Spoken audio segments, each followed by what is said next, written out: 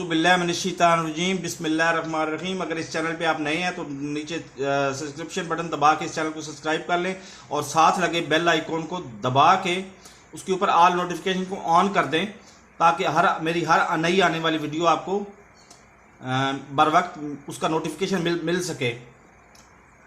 तो कल जो पार्लियामेंट में हुआ है उसके बाद हम यही कह सकते हैं कि जो बांदर के हाथ बंदूक आ जाती ना वो जंगल का की असर करता है, खुद ही अंदाज़ा ला सकते हो। तो नंबर 2, जदों भी एस्टैबलिशमेंट ने इक़्तिदार से कब्जा करना होंगे तो सियासतदाना को इस तरह की हरकत करवा के ये साबित नहीं करते कि जी तुसी जड़े हो इस काबिल ही नहीं हो, सियासतदान इस काबिल ही नहीं ने कि वो मुल्क पाकिस्तान ते इक़्तिदार मतलब मुल्क पाकिस्तान की आवाम की रहनुमाई कर सकन।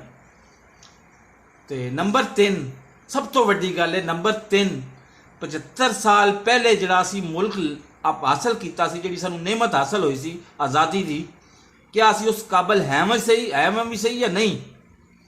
खुद अंदाज़ा ला लो, जे अगर नहीं है तो फिर अगे डैश डैश डैश डैश। अस्सलाम वालेकुम।